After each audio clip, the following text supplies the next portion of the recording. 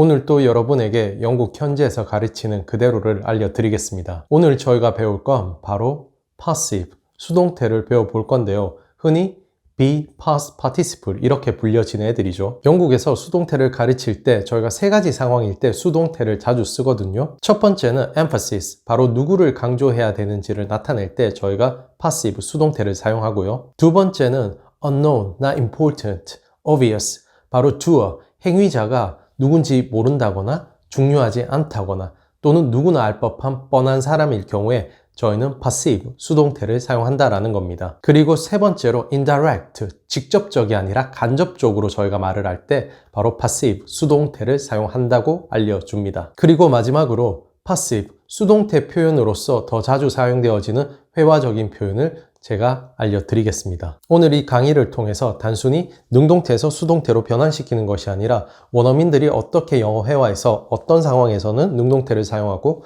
어떤 상황에서는 수동태를 사용하는지를 모두 알려드리겠습니다. 자, 첫 번째로 emphasis, 바로 강조죠. 강조를 할 때 저희가 passive, 수동태를 사용하는데요. 제가 두 문장을 먼저 드릴게요. James broke the window. The window was broken by James. 두 문장의 차이가 느껴지십니까? 첫 번째 문장은 바로 active, 능동태인 거죠. 주어, 동사, 목적어로서 능동태 형태로 사용되어진 겁니다. 그런데 두 번째 문장 같은 경우에는 passive, 수동태로 사용되어졌죠. 이유는요, 바로 be past participle, 이런 형태가 나올 때 저희는 수동태라고 부른다라는 거죠. 바로 이렇게 능동태의 목적어가 수동태에서는 주어로서 사용이 되어지는 거죠. 첫 번째 문장 의미로는 제임스가 유리창을 깼었다라는 의미가 되어지는 거죠. 두 번째 문장의 의미는 창문이 깨어졌었다 by James, 제임스에 의해서라고 사용이 되어진 거죠. 두 문장에서 강조가 다르다는 걸 느껴지십니까? 첫 번째 문장 같은 경우에는 바로 제임스에 강조를 하고 있다라는 거예요. 제임스가 창문을 깼어. 제임스가 깼어. 라는 걸 강조하고 있다라는 거죠. 그런데 두 번째 문장 같은 경우에는 창문이 깨졌어. 창문이 깨졌다고. 저게 얼마짜린데 창문이 깨졌어. 바로 이렇게 창문이 깨졌었다라는 것에 강조를 하고 있다라는 거죠. 왜냐하면 보통 영어 문장에서는 문장의 앞쪽에 나오는 걸 강조하는 효과가 있거든요. 그래서 지금 이렇게 active, passive, 어떤 걸 강조하느냐에 따라서 능동이 되어질 수도 있고 수동이 되어질 수도 있다라는 겁니다. 그리고 두 번째 문장 같은 경우에 be past participle 그리고 by someone 이런 식으로 많이 사용되어지거든요. by 뒤에 바로 저희가 흔히 말하는 doer, agent라고 사용해요. 행위자가 나온다라는 거죠. 하지만 얘네들은 생략도 굉장히 많이 되어진다는 거 알아주시기 바랍니다. 제가 다른 예문도 드려볼게요. The police arrested 100 people. 100 people were arrested by the police. 두 문장의 차이 느껴지십니까? 우선 의미적으로는 두 문장이 같아요. 그런데 첫 번째 문장은 바로 active, 능동태이고요. 두 번째 문장은 passive, 바로 수동태로 사용이 되어진 거죠. 바로 첫 번째 문장은 누구를 강조해 주는 겁니까? 바로 the police, 경찰을 강조한다라는 거죠. 경찰이 arrest, 체포하다죠. 100명을 체포했대. 와, 대단해 경찰. 이런 느낌으로 말을 한다라는 거죠. 그런데 두 번째 문장은 누굴 강조하고 있는 겁니까? 100명이나 were arrested, 체포되어졌대. 와, 100명이 한꺼번에 체포되어졌대. 바로 emphasis, 강조하는 게 다르다라는 거죠. by the police, 경찰에 의해서. 바로 이럴 때 당연히 체포는 경찰에 의해서 되어지겠죠.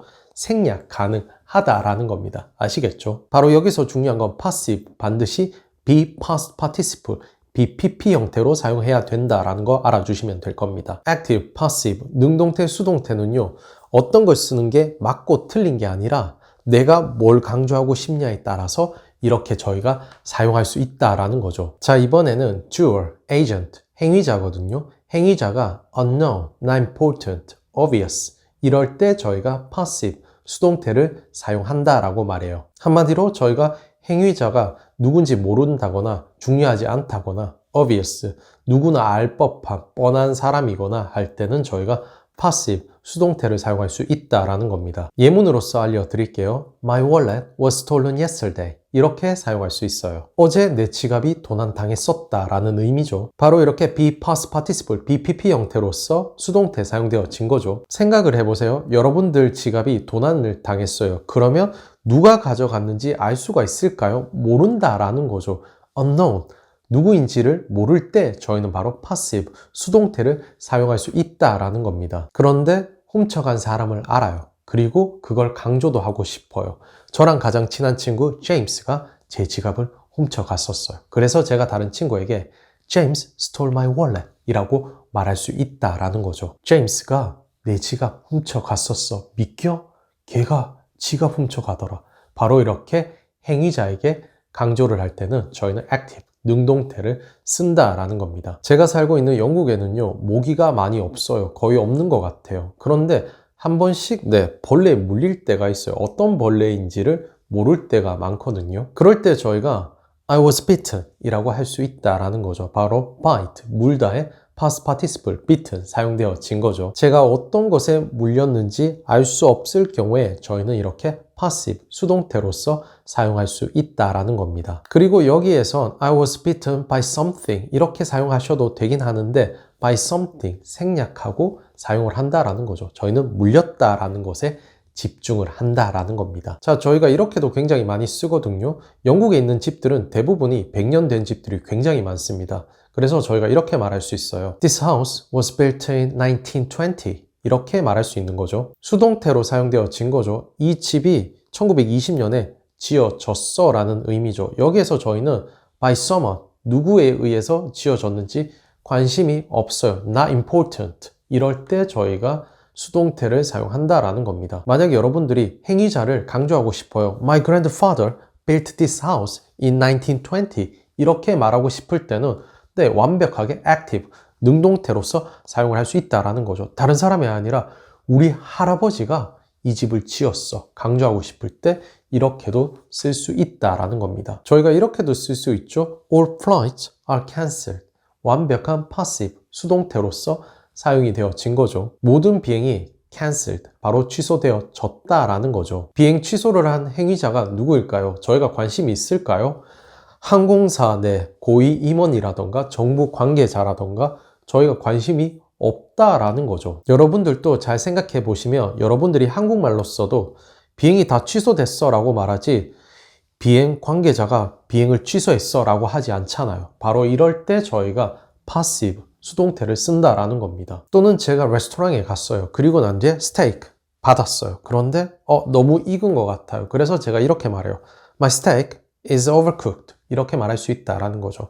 내 스테이크가 overcooked, 너무 익다라는 의미죠. 너무 익어졌다라고 수동태로 사용할 수 있다라는 겁니다. 여기에서 요리를 한 행위자는 누굽니까? 당연히 셰프, 주방장이겠죠. 그래서 한국말로도 저희가 주방장이 내 음식을 너무 익혔어 라고 거의 말하지 않죠. 여러분들이 흔히 내 음식 너무 익었어, 너무 탔어, 이런 식으로 집중해서 말한다라는 거죠. 이럴 때 저희가 passive, 수동태를 사용한다라는 겁니다. 또 이렇게도 저희가 볼 수 있어요. 제가 집에 전화했어요. 그래서 엄마한테 소포 왔는지 물었어요. 그래서 소포 몇 시간 전에 배달됐어 라고 말하고 싶어요. 그럴 때 저희가 passive, 수동태를 쓸 수 있다라는 거죠. 바로 Your parcel was delivered a few hours ago. 이렇게 쓸 수 있다라는 거죠. A few hours ago, 몇 시간 전이라는 의미죠. 몇 시간 전에 네 소포 배달되어졌어 라는 의미죠. 여러분들이 한국말로도 배달원이 내 소포를 배달했어 라고 사용하지 않잖아요. 관심 있는 거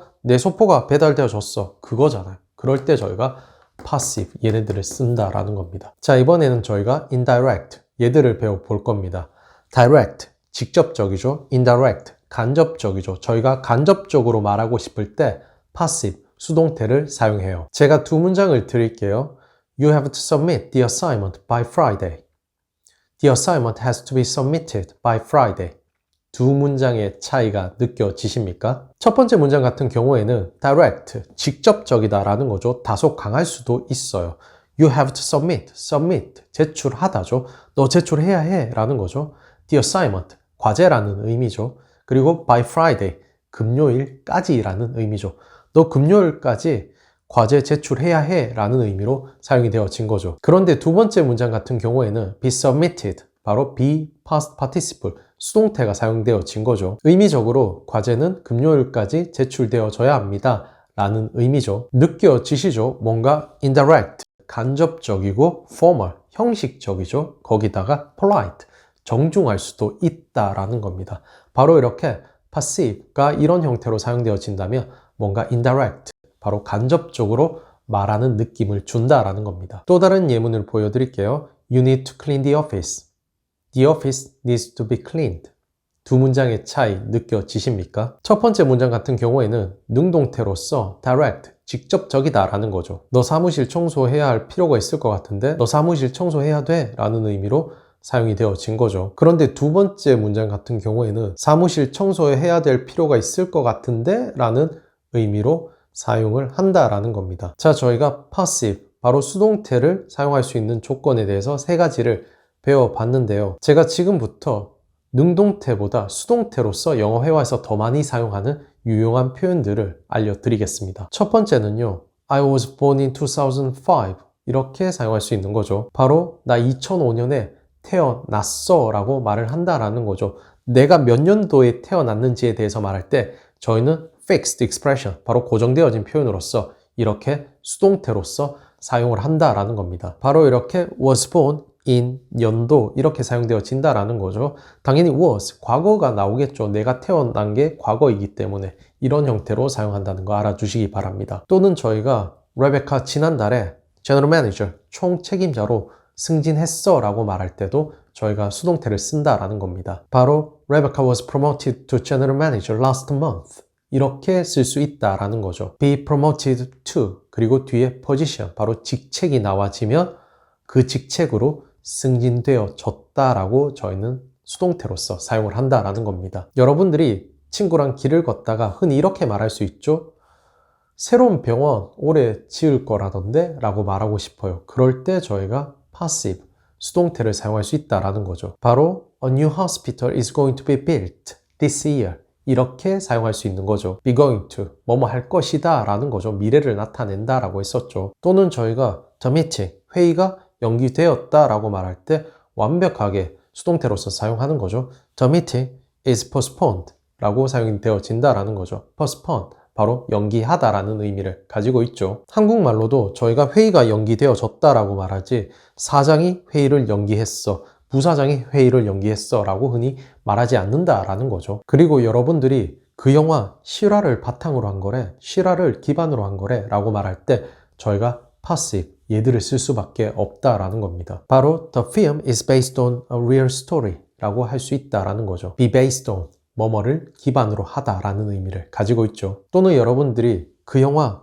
유명한 소설을 기반으로 한 거래라고도 말할 수 있는 거죠. 그럴 때 저희가 the film is based on a famous novel 이렇게 사용할 수 있다라는 거죠. 이렇게 능동태로서 대체할 수 없다라는 거죠. 수동태로서 저희가 하고 싶은 말을 할 수 있다라는 겁니다. 친구가 저한테 물어요. 왜 오늘 차 타고 오지 않았어? 라고 말해요. 그래서 제가 They are repairing my car 라고 할 수도 있어요. 네, 뭐 기술자들이겠죠. 그들이 내 차를 고치고 있는 중이다. 현재 진행형을 써서 사용을 해준 거죠. 그런데 저희가 내 차 수리 중이야 라고 간단하게 말하고 싶을 때 My car is being repaired 이라고 사용이 되어진다라는 겁니다. 구조가 복잡해 보이지만 간단해요. be 동사 ing 형태가 passive, 수동태가 되어지면 be being past participle 이렇게 사용이 되어진다라는 겁니다. 그래서 내 차 수리 중이야 라고 간단하게 말하고 싶을 때 My car is being repaired 이렇게 쓸 수 있다라는 거 알아주시면 될 겁니다. 영국에서 굉장히 많이 쓰는 표현인데요. 알려드릴게요. 이 표현은요, 상황이 중요한 겁니다. 제가 신발 가게에 갔어요. 그런데 신발 사이즈를 묻고 직원이 이제 그 사이즈를 찾으러 창고에 갔어요.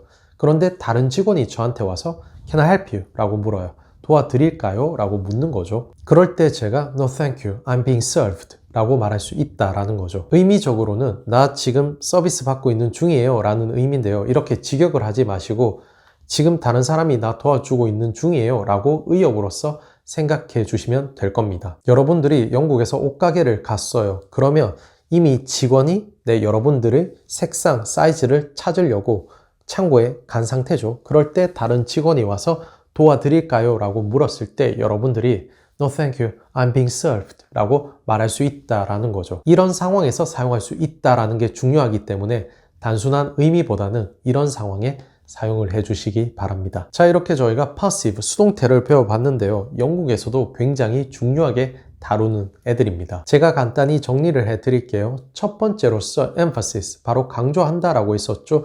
저희가 누굴 강조할 거냐에 따라서 수동태를 사용할 수 있다라고 했고요.